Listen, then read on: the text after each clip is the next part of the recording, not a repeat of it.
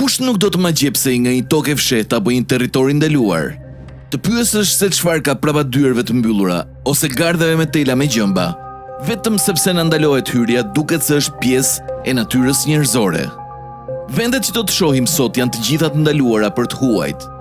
Turistët që guxojnë të udhtojnë në këto vende ose do të arrestohen, ose në disa raste do të përfundojnë edhe më keq. Ishulli Nihaum, Hawaii. Nihau njihet si ishulli i ndaluar, pasi familja që e kanë pronësi që nga viti 1864 mori vendimin për të ndaluar të gjithë vizitorët. Ishulli është 186 km2 parajse pa cënuar, si dhe shtëpia e shumë specieve të rrezikuara. Vetëm familja Robinson dhe afërsisht 130 Nihuan vendas që jetojnë në fshatin Puai banojnë aty. Pronarët marrin me qindra kërkesa nga njerëz që thonë se vizita në ishull dhe të parit e shkëmbimeve 370 metra të lartë është dëshira e tyre e fundit përpara vdekjes.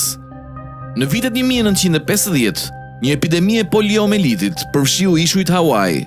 Sipas pronarit Bruce Robinson, ata e ndaluan hyrjen e të huajve për të shmangur sëmundjet infektive dhe funksionoi. Përgjatë viteve shumë njerëz janë përpjekur për të shkuar në ishull, por në asnjë rast nuk janë lejuar. Edhe vetë Mick Jagger ju refuzua hyrja në ishull. Ishulli Thursday. Ishulli vulkanik Thursday në brigjet jugore të Islandës u formua midis 1963 dhe 1967 gjatë një shpërthimi vulkanik 3.5 vjet të gjatë që filloi në nëntor të 1963. Pa ndërhyrjen njerëzore, ishulli ka lulëzuar nga farat e mbartura nga rryma e oqeanit. Dhe tani është shtëpia e mykut, baktereve, kërpudhave, bimëve, 89 lloje të zogjve dhe 335 lloje të jo vertebrorëve. I ndodhur 32 km nga bregu i jugut, ai është i hapur vetëm për disa shkencëtar të zgjedhur si laboratori i tyre i jetës reale. Disa studiues që lejohen të qëndrojnë në ishull kanë vetëm një kasolle për të fjetur, që përmban disa shtretër marinarësh dhe një radio emergjence me energji diellore. Ata kontrollohen plotësisht për të siguruar që asnjë farë nuk futet aksidentalisht, dhe kur ata largohen, kasolla e tyre shkatërrohet. Në një rast, jashtëqitja njerëzore nuk u trajtua në mënyrë të përshtatshme dhe një bim domateje ishte rritur si rezultat. Kjo gjithashtu duhej të shkatërrohej. Ata që vendosin të udhtojnë në këtë ishull do të arrestohen. Varri i Qin Shi Huang. Thellë në kodrat e Kinës qendrore, perandori i parë i vendit ka qëndruar për më shumë se 2000 vjeçar. Varri i fshehtë i Qin Shi Huang u zbulua në 1974, pasi disa fermerë ndeshën në të, ndërsa hapnin puse. Ata gërmuan dhe nxorën një statuj ushtari me përmasa reale, por ata nuk e kuptuan se do të ishte vetëm një nga mirat të tilla që ndodheshin në atë vend. Arkeologët kanë gërmuar aty për gati 4 dekada dhe kanë zbuluar rreth 2000 ushtarë argjile. Shkencëtarët ende nuk e kanë prekur varrin qendror, i cili përmban eshtrat e Qin Shi Huang. Shumë besojnë se varri është i mbushur me shumë thesare të tjera të tilla si gur të çmuar. Autoritetet kineze janë të vetmit që lejohen pranë zonës dhe u takon atyre të vendosin nëse dikush arrin ndonjëherë të hyjë në varrin misterioz. Për më tepër, varri i perandorit rrethohet nga një lum mërkuri, që e bën tepër të rrezikshëm për njerëzit eksplorimin e tij.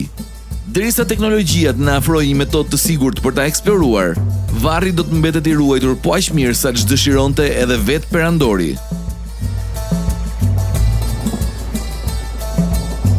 Miniera e diamantëve Mirni. Një nga gropat më të mëdha të bëra nga njeriu në botë gjendet në minierën Mirni.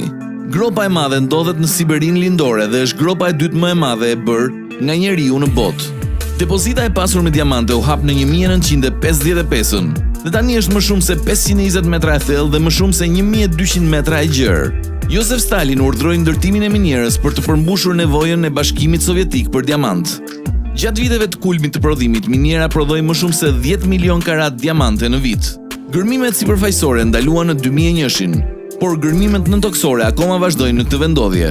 Hapësira ajrore mbi minierë është kufizuar për helikopterët, pasi u përhapën histori rreth helikopterëve që thithen poshtë për shkak të rrymave të ajrit. Por këto pretendime nuk janë provuar kurrë. Qyteti në të cilin ndodhet miniera është rreptësisht i ndaluar për të huajt.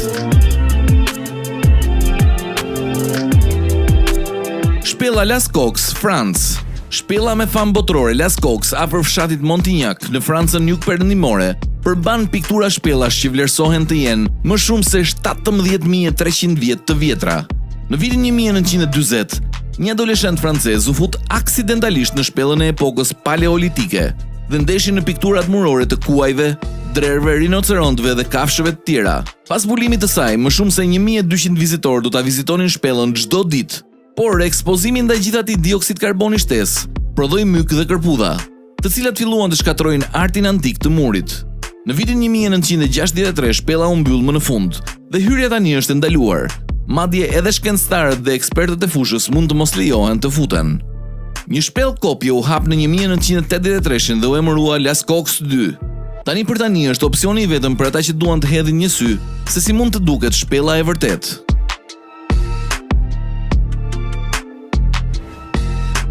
Magazina e farërave Svalbard.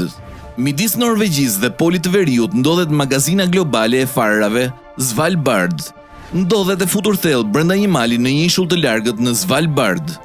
Është depoja më e madhe në botë e farërave, për ruajtjen e tyre të sigurt afatgjat në thellësi të shkëmbit të ftohtë dhe të thatë. Magazina mban 10 mijëra lloje të kulturave ushqimore thelbësore dhe më shumë se 4000 specie bimore. Është një strukturë afatgjate e magazinimit të farërave, që u ndërtua për të rezistuar efekteve të fatkeqësive të bëra nga njeriu dhe atyre natyrore. Qëllimi i magazinës është të ruaj kopje të farërave nga koleksionet e kulturave bujqësore nga e gjithë bota. Nëse lufta bërthamore ose ngrohja globale do të shkatronte bimët, kombet mund të kërkonin farëra nga magazina për të rifilluar proceset e tyre bujqësore. Temperatura mund të arrijë në -46.3 gradë Celsius në rajonin e largët dhe nuk ka dritë dielli për 153 ditë në vit. Kjo vendodhje u zgjodh posaçërisht për të penguar turistët. Megjithatë, turet turistike akoma sjellin vizitor pranë bunkerit, por hyrja brenda tij është rreptësisht e ndaluar. Në vend të kësaj, turistët thjesht mund të admirojnë hyrjen e vetme të ndërtesës. Dhe nëse ata kanë fat, mund të shohin edhe dritat e veriut në qiellin e errët lart. Faltoria e Arkës së Beslidhjes, Etiopi. Një nga artefaktet më të çmuara në histori është padyshim Arka e Beslidhjes. Objekti legjendar u ndërtua mijëra vjet më parë për të mbajtur pllakat e gurta me shkrimet e shenjta. Arka u zhduk nga historia pasi babilonasit pushtuan izraelitët. Askush nuk e di me siguri nëse u shkatërrua, u vodh apo u fsheh. Sipas disa besimeve, Arka ndodhet në katedralen e Zionit. Kisha lejon vetëm një njeri që të kujdeset për Arkën dhe ai është një murg që shërben si gardian i artefaktit. Edhe pse disa pretendime thonë se objekti i ndodhur në kishën e Zionit është vetëm një imitim i artefaktit, askush nuk mund ta di pasi askush nuk lejohet të futet brenda katedrales për ta studiuar artefaktin, duke e bërë një tjetër vend të ndaluar për t'u vizituar.